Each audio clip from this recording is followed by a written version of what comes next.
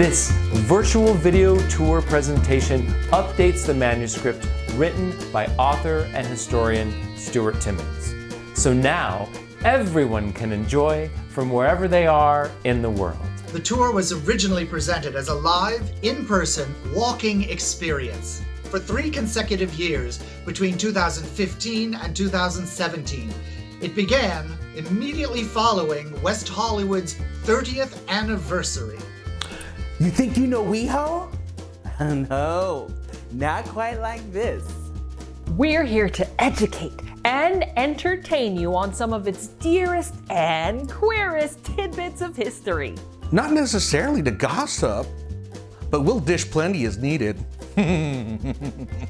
After all, like any city, West Hollywood over the years has endured its share of ups and downs, scandals, and sensations. And over the years, it's developed a story and reputation unlike any other in the world. During his life, Stuart Timmons worked hard to thoroughly and accurately chronicle much of LA's queer history. In a writing style he himself described as juicy but scholarly. Just the way we like it. Among his many accomplishments, he wrote the biography, The Trouble with Harry Hay, founder of the modern gay movement. And with renowned scholar and historian Lillian Faderman, he co-authored the seminal Los Angeles queer history book, Gay, L.A., a history of sexual outlaws, power politics, and lipstick lesbians. In a city like West Hollywood, there is a lot to explore. We simply can't cover it all. So we're gonna uncover what we can. But we'll do our best to quench your cravings. Oh, wow. History, herstory, and queerstory are always changing. We're going to deliver some of Stuart's favorite highlights, along with some updates and additions made in the years since his passing in 2017. We've made every effort to stay true to his vision and dedication in chronicling queer life. So get ready for our fun-filled and fantastically informative experience, celebrating the splendid, sordid, and surprising LGBTQ history of the city of West Hollywood.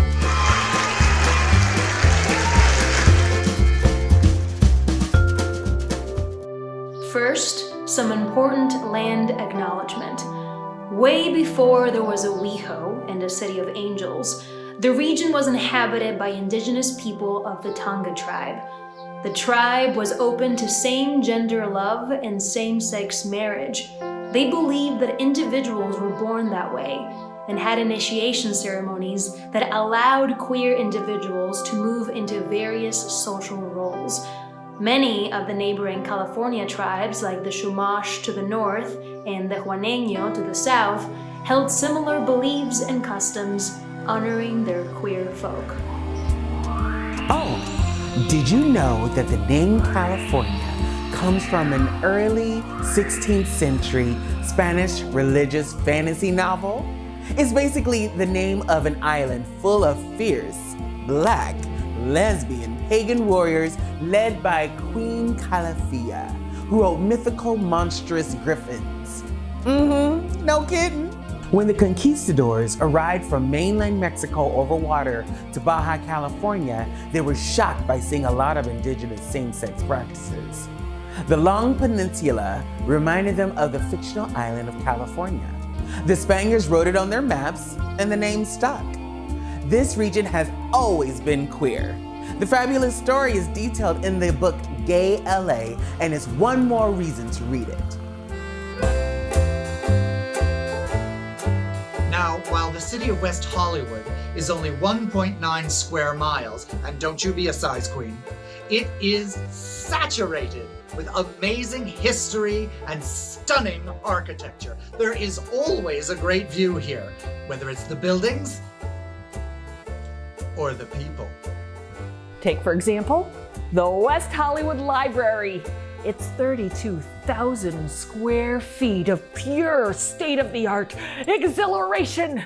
A chic community center that fits right in with the neighboring buildings featuring fabulous murals and public artworks. It's also the site of the City Council Chambers, which has hosted numerous LGBTQ programming since opening its doors in 2011. Originally, this little parcel of land was known as the town of Sherman. It was named after land developer Moses Sherman, who also built much of LA's train system. Today, the city of Sherman Oaks is named after him. Many movie stars and sophisticates moved into the area because of its strategic location between Beverly Hills and Hollywood. The neighborhood sought to change their rough, working-class image and adopt a new name. They considered calling it the Magnetic City, but wanted the prestige of neighboring Hollywood in their name. And so, in the mid-1920s, after much debate, the name West Hollywood was adopted. Oh, imagine it. A less traffic time when the current Pacific Design Center was once the Pacific Electric Sherman Rail Yard, at the center of a sprawling network of beautiful streetcars, as in trams and trolleys, all across Los Angeles, connecting places like downtown LA to the ocean. Railroad workers were among the original population groups of the area. Their charming little bungalows cost only a few $100 to build in the 1910s, but now sell for over $1 million. Damn it, I missed out on that. Of course, there are also many not so humble buildings. All across WeHo, you'll find a vast collection of architectural gems.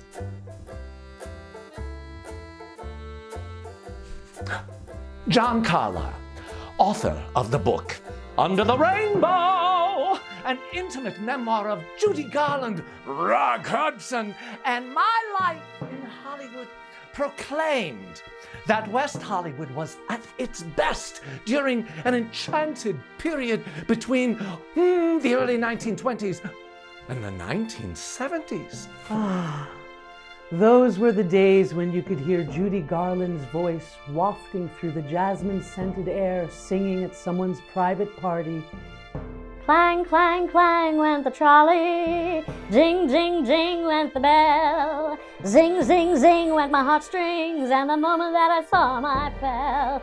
Or you would find literary legend Dorothy Parker on her way home from drinking, passed out in someone else's bush. Or you might get picked up by some incredibly handsome actor whom most of America would never believe would ever do the things he had just done with you. Wee-hoo! That's WeHo, baby! Some folks say homos moved here for two reasons. One, because of the tacky old joke that the zip code ends with 69.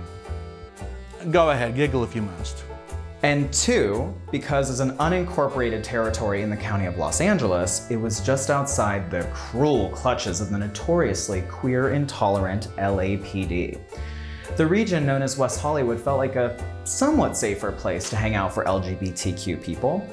It's why many people over the decades sought to move west, the dream of a more free and happy life under the California sun. In the early 1980s, a campaign was created to give it official cityhood. It was driven by a coalition of groups who had more strength united than they'd ever thought. Renters, senior citizens, LGBTQ activists. Together, they formed a city with progressive policies and strong tenants' rights protections. When faced with the possibility of rising rents and vastly gentrified neighborhoods, West Hollywood renters band together to vote for cityhood. The seniors and local LGBTQ population, who were mostly renters and not homeowners, became allies. Of course, there was one particular focal point about West Hollywood that the media immediately latched onto, and therefore what the city became known for. So ask yourself, which one catches more attention? The gay population or the senior population? I mean, I happen to be in both. Or, you know, the gay city or the old city. You know, gay, gay, happy, fun, celebrate, gay, gay, gay. Lesbian, Trans, bisexual, non-binary, genderqueer, intersex, pan pansexual, asexual, ally, queer.